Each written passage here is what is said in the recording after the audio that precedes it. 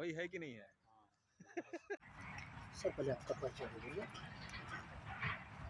प्रेम किशोर बाग, सचिव Bharatiya general conference Mennonite church Jagdishpur और power of attorney evangelical trust association of north India.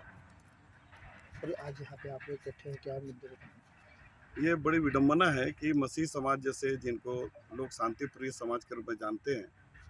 और एक शिक्षित वर्ग के रूप में जाना जाता है, आज हमको इस प्रकार से अपनी संपत्ति को बचाने के लिए इस प्रकार का धरना प्रदर्शन करने जैसा हरकत हमको करनी पड़ रही है। और ये इसलिए हो रहा है कि आज लगभग 125 साल के पूर्व से जो जमीन हमारे आधिपत्य और कब्जे की जमीन है, जिस पर हमने आने वाले समय में एक मिशन अस्पताल खोलने की हमने योजना बनाई है, उसकी हम लोग तैयारी में लगे हुए थे और अचानक से हमको इसकी जानकारी मिली। ये ज़मीन जो हमारी ज़मीन है उसको दूसरे समाज के लोगों को आवंटित कर दिया गया और जैसे ही हमको इसकी जानकारी मिली हमने तुरंत इसके संदर्भ में आपत्ति दर्ज की श्रीमान कलेक्टर महोदय कार्यालय में और व्यवहार न्यायालय में भी इसके लिए हमने अपने तरफ से प्रयास किया और माननीय मुख्यमंत्री तक भी हमने इसकी जानकारी दे दी है। पर दुख इस बात का है कि ये हमारा मसीह समाज जो है इसके पूर्व यहाँ के जो हमारे माननीय मंत्री रहे हैं, पूर्व मंत्री श्री जय सिंह अग्रवाल जी, उनके ऊपर हमको बहुत भरोसा था कि वो हमारे समाज की पूरी सहायता करेंगे, परंतु उनके ही कार्यकाल में उनके ही दिशा निर्देश में ये जो ज़मीन दूसरे समाज को आवंटित कर दी गई,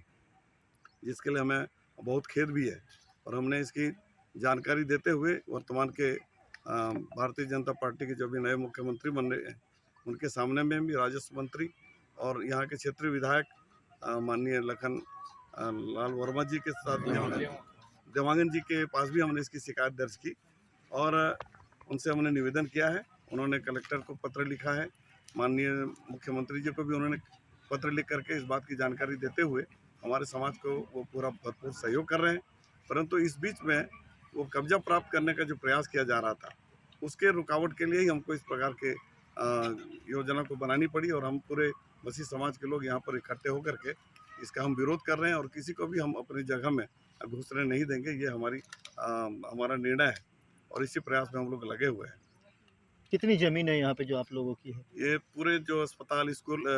चर्च, स्कूल सब मिला करके 16 एकड़ की ज़मीन है और 2002 तक हमने इसका पूरा जो टैक्स भी पटाया हुआ है, परंतु 2012 के बाद ये ज़मीन कैसे नजूल में चली गई, कैसे शासकीय ज़मीन घोषित हो गई, ये हमारे समझ से परे है। कूट रचित दस्तावेज उपलब्ध करा करके सही तथ्यों को छिपा करके शासन को गुमराह करते हुए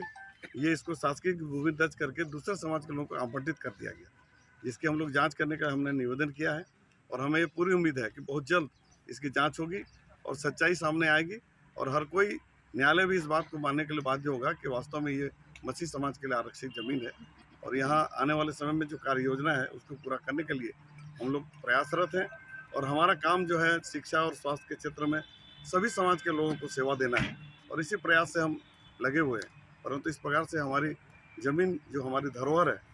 जिसमें हमारी आत्मा बसी हुई है, अगर इसको कोई छीनने का प्रयास किया करेगा तो हम कतई इसको बर्दाश्त नहीं करेंगे और जहाँ तक हो सके इसका पुरजोर विरोध करते हुए हम